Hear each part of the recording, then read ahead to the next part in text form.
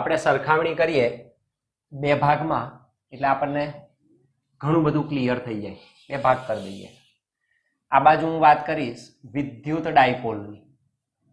વિદ્યુત ડાયપોલ. અને આ બાજુ હું વાત કરીશ ચુંબકીય ડાયપોલ. ચુંબકીય ડાયપોલ એટલે આ બાજુ છે સ્થિત વિદ્યુત શાસ્ત્ર, આ બાજુ છે તમારું ચુંબકત્વ.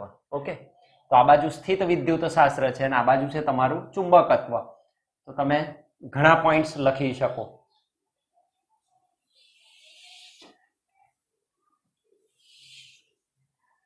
કમ્પેરિઝન કરીએ છીએ આપણે.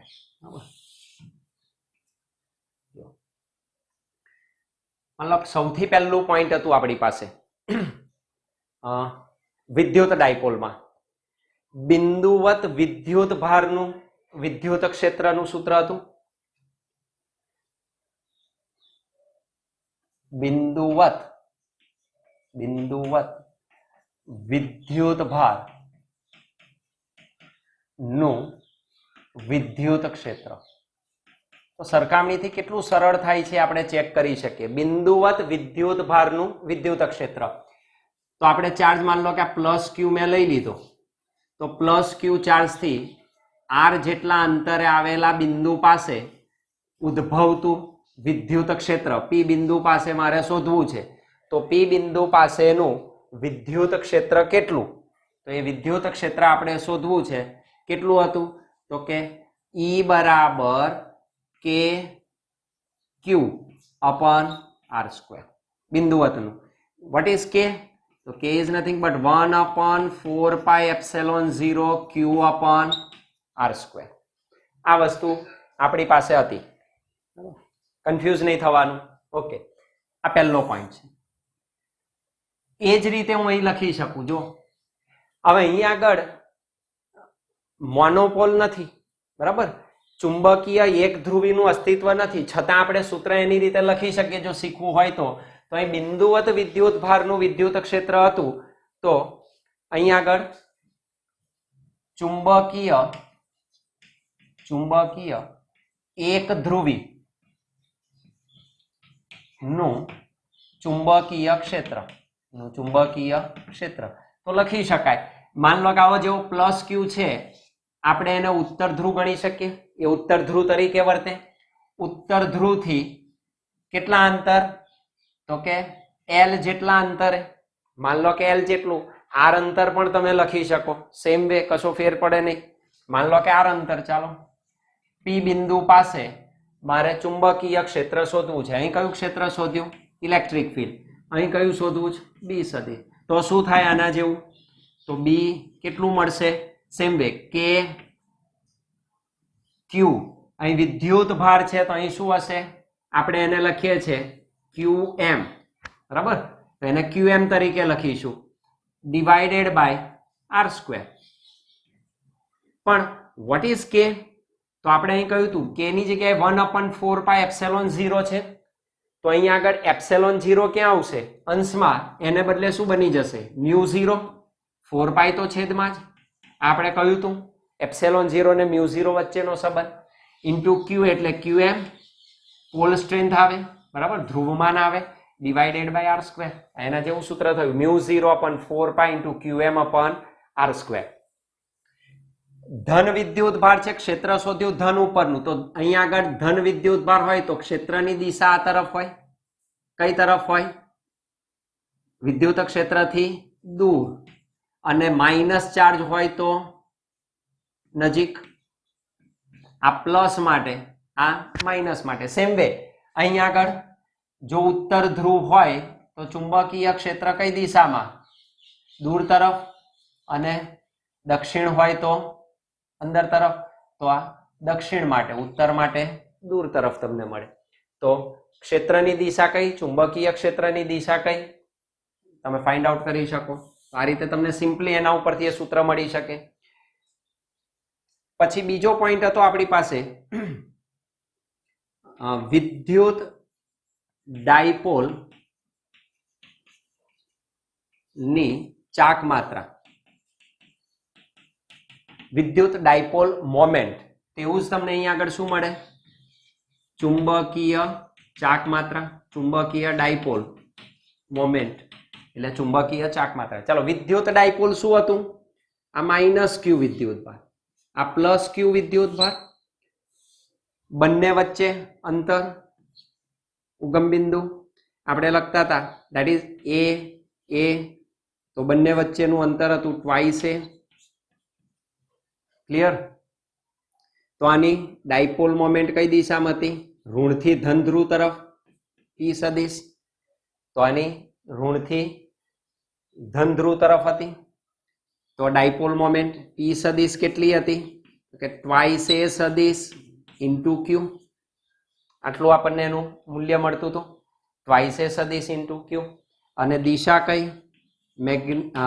વિદ્યુત ડાયપોલ મોમેન્ટની દિશા કઈ? ઋણ ધ્રુવથી માઇનસ ક્યુ થી પ્લસ ક્યુ તરફ, ઋણ ધ્રુવથી ધન ધ્રુવ તરફ. સેમ વે તમે અહીંયા આગળ દર્શાવી શકો. ચુંબકીય ચાક માત્ર ચુંબકીય ડાયપોલની હોય, ચુંબકીય ડાયપોલ ઋણ ધ્રુવ એટલે દક્ષિણ છેડો, ધન ધ્રુવ એટલે ઉત્તર છેડો. એનું આ મિડલ પોઈન્ટ કરી દઈએ. ધારો કે આ અંતર એલ છે, આ અંતર એલ છે, તો અહીંયા આગળ તમને એની ચુંબકીય ચાક માત્રા મળે. તો ચુંબકીય ચાક માત્રાને રજૂ કરતો ચુંબકીય ચાક માત્રા સદિશ જે છે એ કઈ દિશામાં હોય? દક્ષિણ ધ્રુવથી ઉત્તર ધ્રુવ તરફ મેગ્નેટિક મોમેન્ટ મળે તમને. તો જે કામ અહીં હતું એ જ કામ મેગ્નેટિક મોમેન્ટ કરે. ઋણ દક્ષિણ, ધન ઉત્તર. તો અહીંયા આગળ શું લખી શકાય? મેગ્નેટિક મોમેન્ટ એટલે શું? અહીંયા આગળ તો બેની વચ્ચેનું અંતર કેટલું? ટ્વાઇસ એલ સદિશ ઇન્ટુ આનું ધ્રુવમાન આપણે કયું? QM તરીકે લખીએ છીએ, ઇન્ટુ QM. બરાબર, ધેટ ઇઝ QM. તો ટ્વાઇસ એલ સદિશ ઇન્ટુ QM. અને દિશા કઈ હોય? અહીં ઋણ ધ્રુવથી ધન ધ્રુવ તરફ હતી, તો અહીં કઈથી હોય? દક્ષિણથી ઉત્તર તરફ. તો ડિરેક્શન દક્ષિણથી ઉત્તર તરફની મળે.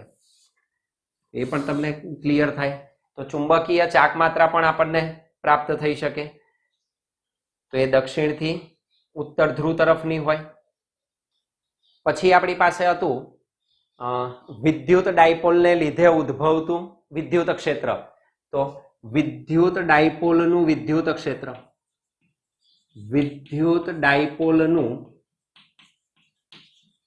વિદ્યુત ક્ષેત્ર બે જગ્યાએ હતું. નંબર 1 અક્ષ પર, અક્ષ પર હતું એનું કેટલું? E on axis કેટલું હતું આપણી પાસે? Twice kp upon x cube, 2 kp upon x cube, that is equal to શું લખી શકાય? 2 upon 4 pi epsilon 0, 2p upon 4 pi epsilon 0 x cube. કઈ દિશામાં? તો જે દિશામાં વિદ્યુત ડાયપોલ મોમેન્ટ સદિશ હતો એ જ દિશામાં. તો p સદિશની દિશામાં, એની દિશામાં તમને મળે. બરાબર, તો p સદિશની દિશામાં આપણને પ્રાપ્ત થતું હતું તો અક્ષ ઉપર. અને બીજું હતું વિષુવ રેખા પર અથવા સમતલીય બિંદુ પર, વિષુવ રેખા પર ના બિંદુએ કેટલું હતું? E વિષુવ રેખા પર that is minus kp upon x cube, p સદિશની વિરુદ્ધ દિશામાં, p સદિશની વિરુદ્ધ દિશામાં. તો આપણને આ પ્રાપ્ત થતું હતું. સેમ વે તમને અહીં મળશે. શું મળે? ચુંબકીય ડાયપોલનું, ચુંબકીય ડાયપોલનું ચુંબકીય ક્ષેત્ર ક્યાં શોધીશું? નંબર 1 અક્ષ પર, અક્ષ પર મળે, that is B અક્ષ પરનું. સેમ પેટર્ન આના જેવું જ શું લખી શકાય? 2p એટલે magnetic moment divided by 4 pi epsilon 0 એટલે શું આવશે? 2μ0/4π p એટલે magnetic moment divided by x cube. તો 2μ0/4π ઇન્ટુ m/x ક્યુબ. કઈ દિશામાં? p સદિશની દિશામાં. તો આ કોની દિશામાં હોય? m સદિશની દિશામાં. અને બીજું હતું તમારી પાસે વિષુવ રેખા પર.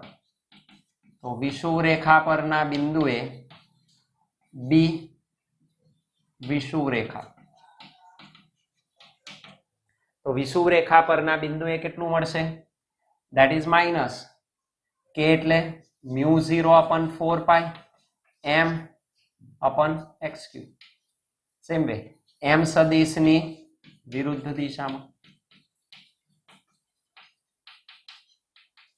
m સદિશની વિરુદ્ધ દિશામાં પ્રાપ્ત થાય. ચાલો, એવું હતું કે વિદ્યુત ડાયપોલને સમાન વિદ્યુત ક્ષેત્રમાં મૂકતા લાગતા ટોર્કનું સૂત્ર. તમે સમાન વિદ્યુત ક્ષેત્રમાં એને મૂકો તો એના ઉપર શું લાગે? ટોર્ક લાગે. તો સમાન વિદ્યુત ક્ષેત્રમાં લાગતું ટોર્ક કેટલું હતું? તો કે ટોર્ક સદિશ બરાબર p સદિશ ક્રોસ e સદિશ. મૂલ્ય કેટલું? તો કે ટોર્ક બરાબર pe sin theta. Theta p સદિશ અને e સદિશ વચ્ચેનો કોણ દર્શાવે. અને બીજા ચેપ્ટરમાં આપણે શીખ્યા હતા કે સમાન વિદ્યુત ક્ષેત્રમાં